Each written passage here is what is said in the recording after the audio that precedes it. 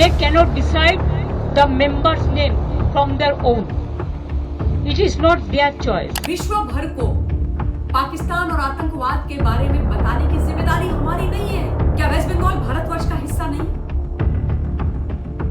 कहीं पर भी विदेश मंत्री ने यह नहीं बोला कि भैया ऑपरेशन सिंदूर आरंभ होने से पहले हमने पाकिस्तान को फोन करके बता दिया था कि ये हमारे टारगेट्स हैं, इन टारगेट्स को हम हिट करने वाले हैं, इन आतंकवादियों को मारने वाले हैं। नहीं बॉस।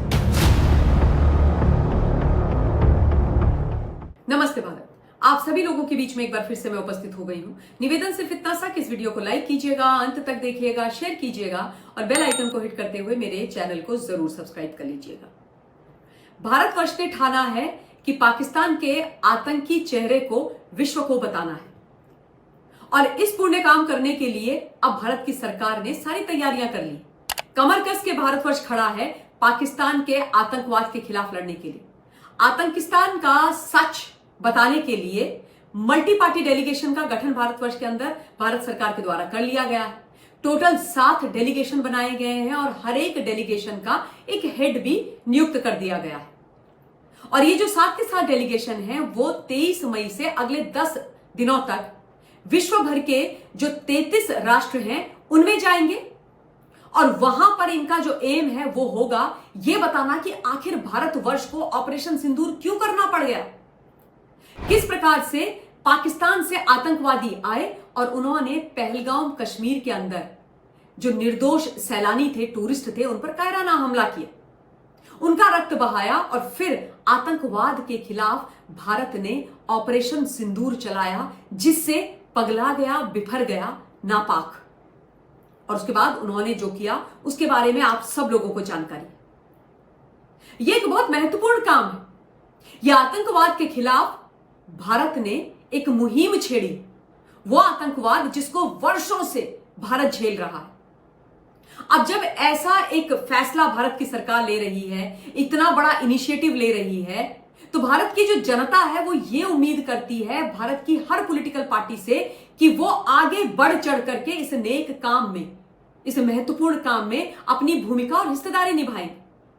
लेकिन जो हम सोचते हैं, जो हमारी उम्मीद होती है अपनी पॉलिटिकल पार्टी से, हमारे जो इलेक्टेड मेंबर्स होते हैं हमारे राज्यों में या पार्लियामेंट में, उसके विपरीत कुछ लोग काम करते हैं। राहुल गांधी ने जो किया वो मैंने आपको बताया। अब राहुल और कांग्रेस की श्रृंखला में एक और नाम जुड़ गया है और वो नाम है मेरी नाम राशि वेस्ट बंगाल की मुख्यमंत्री मैडम ममता बनर्जी और टीएमसी का। अब टीएमसी को भी इस ऑल पार्टी डेलीगेशन से परेशानी हो गई। वो कह रहे हैं कि ये हमारा काम नहीं है, ये काम हम नहीं करेंगे और इसलिए उन्होंने बोला कि डेलीगेशन में जो हमारा एमपी जा रहा है, हमारे रिप्रेजेंटेटिव जा रहे हैं मिस्टर यूसुफ पठान, वो नहीं जाएंगे। उनको उन्होंने वापस ले लिया। उन्होंने बोला कोई टीएमसी से नहीं जाएगा। इनके मिस्टर डेरेक ओब्रायन जो है उन्होंने स्टेटमेंट जारी किया है बाकायदा ऑफिशियल और बोला है कि विश्व भर को पाकिस्तान और आतंकवाद के बारे में बताने की जिम्मेदारी हमारी नहीं है, ये केंद्र की जिम्मेदारी है। और उनके इसी स्टेटमेंट से मुझे भारतवर्ष की नागरिक होने के नाते सख्त आपत्ति। क्या बोलने की कोशिश मैडम ममता बनर्जी कर रही हैं? क्या वेस्ट बंगाल भारतवर्ष का हिस्सा नहीं? क्या ममता बनर्जी को भारत के नागरिकों ने पॉलिटिशियन नहीं बनाया, मुख्यमंत्री नहीं बनाया? क्या भारत के किसी भी कोने में यदि आतंकी हमला होता है तो भारत की मेन स्ट्रीम पॉलिटिशियन होने के नाते, एक प्रदेश की मुख्यमंत्री होने के नाते मैडम बनर्जी का यह दायित्व तो नहीं बनता कि आतंकवाद के खिलाफ वो केंद्र की सरकार के साथ कंधा से कंधा मिला करके चलने और खड़े रहने की कसम खाएं? क्या ये उनकी जिम्मेदारी नहीं है? कैसे उनकी जिम्मेदारी नहीं है भाई? क्या वो भारतवर्ष की नागरिक नहीं है? क्या उन्होंने भारतवर्ष के संविधान की कसम नहीं खाई थी अपने पद पर बैठने से पहले? और अगर खाई थी और वो भारत की नागरिक हैं और वेस्ट बंगाल भारत का महत्वपूर्ण हिस्सा है जो कि है, तो फिर वो इस प्रकार की बात कैसे कर सकती है? देश हित को दरकिनार कैसे कर सकती है? आतंकवाद के खिलाफ अपना मुंह खोलने से वंचित कैसे खुद को रख सकती है?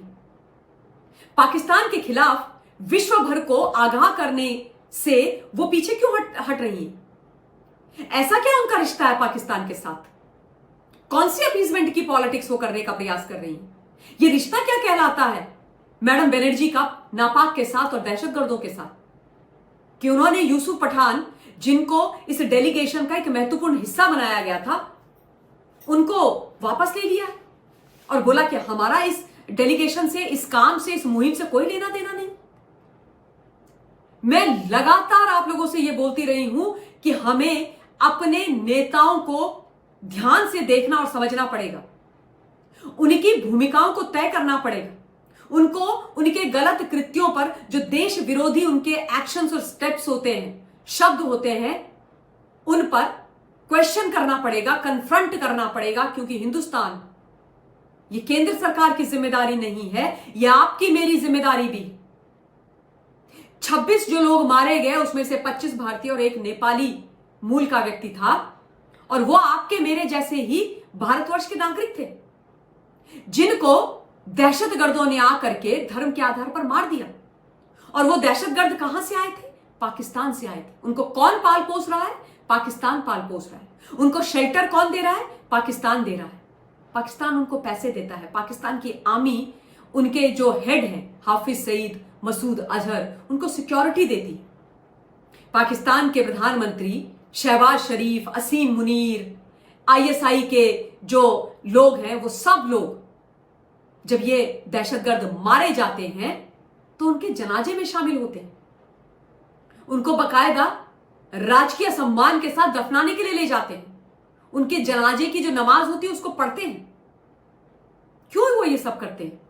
अगर उनको आतंकवाद से परेशानी है, अगर आतंकवाद से उनका कोई लेना देना नहीं, क्योंकि आतंकवाद उनके द्वारा ही पाला और पोसा गया है, क्योंकि आतंकवाद उनकी बी टीम है, क्योंकि यह आतंकवादी ही उनकी आर्मी है और इनकी आर्मी ही आतंकवादी, क्योंकि आतंकवाद और पाकिस्तान की आर्मी मिल करके भारत के खिलाफ काम करती। और जब ये सच हम पूरे विश्व को बताने जा रहे हैं, देश के आदरणीय प्रधानमंत्री मोदी जी ने यह कितना बढ़िया कदम उठाया है, तो इस देश के अंदर बैठा हुआ ऑपोजिशन नाटक कर रहा है, नौटंकी कर रहा है। धिक्कार है इन लोगों के ऊपर।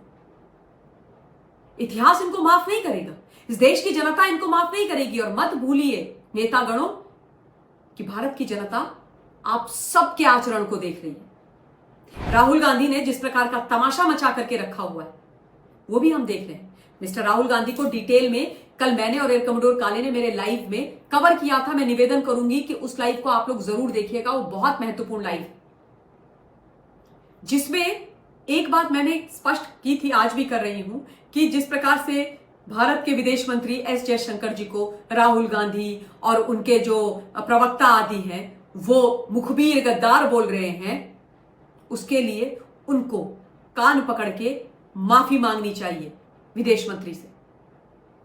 जिस प्रकार से एक झूठे नैरेटिव को पेडल किया जा रहा है, भ्रमित करने की लोगों को कोशिश की जा रही है, उसके लिए उनको शर्म आनी चाहिए।